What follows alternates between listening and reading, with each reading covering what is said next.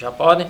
Hoje nosso papo de bastidores é com ele, que é seridoense, empresário, professor e agora também enveredando pela política aí de um tempo para cá. Hoje nosso papo é com o professor Carlos Alberto. Prazer tê-lo aqui. Eu que agradeço, Bruno. É um prazer estar aqui com vocês. A gente, aqui no Papo de Bastidores, gosta muito de contar a história, professor. Uhum. E aí eu sei que a sua história é interessante e nessa coisa de vidas paralelas, eu sei que você começou a ser empresário muito cedo, não é isso? Foi. Eu fiz um teste vocacional quando eu era salesiano, ainda com 16 anos de idade, e deu lá administração. Eu não achava que isso fosse... que o teste funcionava bem, porque a gente brincava muito pá de prata lá, estudava muito psicologia e deu lá administração. E eu tinha certa experiência de estudar contabilidade, porque quando a gente no salesiano, no ensino médio, a gente fazia um profissionalizante de contabilidade. Fui aluno do professor Mário Sérgio, diretor do salesiano, né? E aí fui fazer administração. E a administração lhe instiga muito a pensar em negócios, né? Então, logo no meu segundo ano do curso de administração na Universidade Federal, eu montei o meu primeiro negócio, que era uma loja que fabricava placas de automóvel. É verdade que você já foi arredentário da boate Royal Salute? Depois da loja de placa, eu coloquei uma boutique, uma loja de roupa para vender ponta de estoque, que a gente comprava no sul do país e trazia para vender aqui. E depois nós fomos arrendatários da Royal Salute. Para quem não sabe, a Royal Salute foi uma boate muito famosa aqui, década de 90. Nós arrendamos em 89 e ficamos com a boate até 93. A boate ficava ali no antigo Hotel Reis Magos. No antigo Hotel Reis Magos, que a gente tem que lutar para preservar, viu? Hoje está uma polêmica aí com o Hotel Reis Magos. Né? Na verdade, por exemplo, aqui em Natal nós temos uma experiência muito bem sucedida de restauração de um patrimônio histórico que estava muito pior do que o Hotel Reis Magos, que era o Solar Bela Vista na subida da Joaqueira Aires. Então a Fierne bancou aquele projeto e era um hotel construído em 1910 aproximadamente, né? 60, 70 anos depois ele estava destruído e foi restaurado, né? Então um intervalo aí de 70 anos. O Reis Magos é de 1960, né? Então ele já tem 60 anos. Ele já está nessa fase, mas ele está muito mais bem... não está ao ponto de ruínas que chegou o Solar Bela Vista, mas ele está de pé lá. Então, a diferença é 10 anos. Daqui a 10 anos, ele vai ter a idade que o Solar Bela Vista foi restaurado pela Fierne. E toda a cidade se orgulha, a Fierne se orgulha de ter restaurado o Solar Bela Vista. Você veja que o Copacabana Palace foi vendido, até parece que o número está errado, mas ele foi vendido por 12 bilhões de reais. Né? 12 bilhões de reais. Então, o Copacabana Palace foi comprado pelo grupo Louis Vuitton, né? Das bolsas caríssimas, porque o patrimônio histórico, a diferença é o seguinte: se você faz um hotel igual, a réplica do Reis Magos lá do mesmo lugar, a diária vai custar R$1.000, R$2.000. Se você faz um hotel novo, um Holiday Inn maravilhoso, um Best Western, ou qualquer outro hotel que existe em Natal, a diária é 300, é 250, é 180. Porque perde o valor agregado de marca. Perde completamente. Aquilo é uma coisa diferenciada, um projeto modernista belíssimo, de uma época marcante da arquitetura brasileira.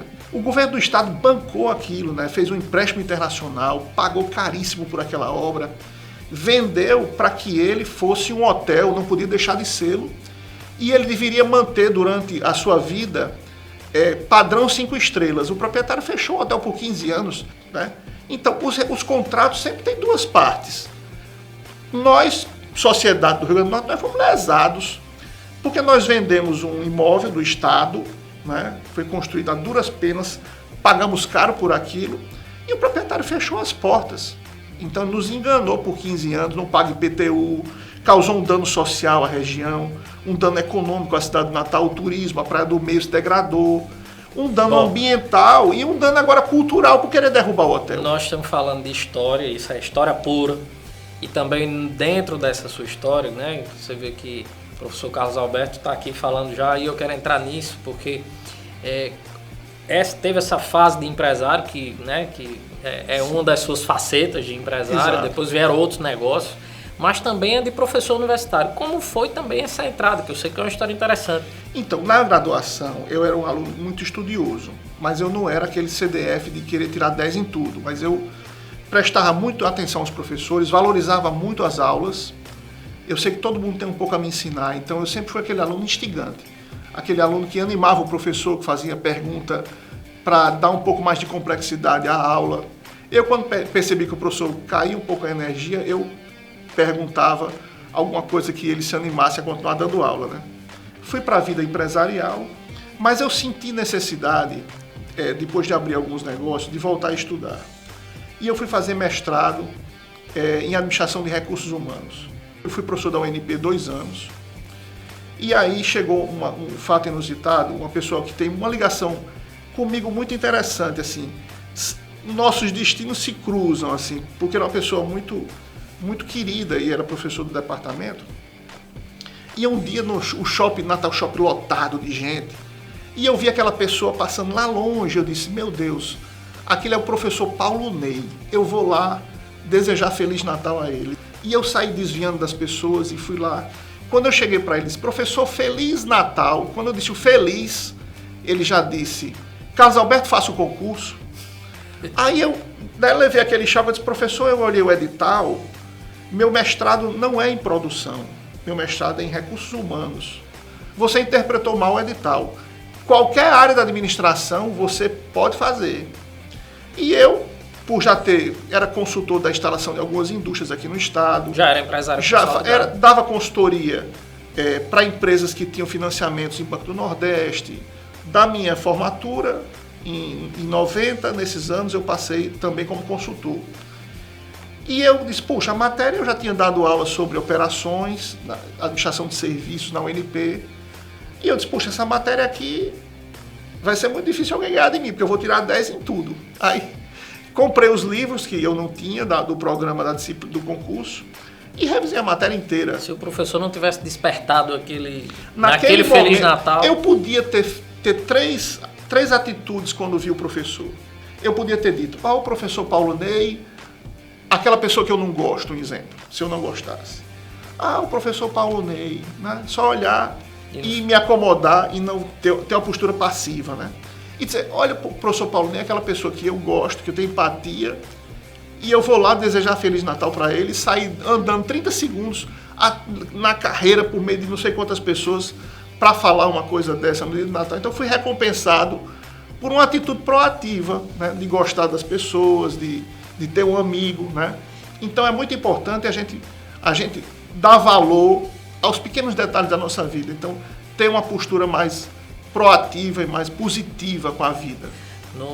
Acabou influenciando completamente minha vida. Senão não seria professor da Federal. Mas aí tem o chip do empresário. Há 22 anos. Tem o chip do professor, mas agora, mais recentemente, tem o chip do político também. E essa entrada na política, de onde partiu?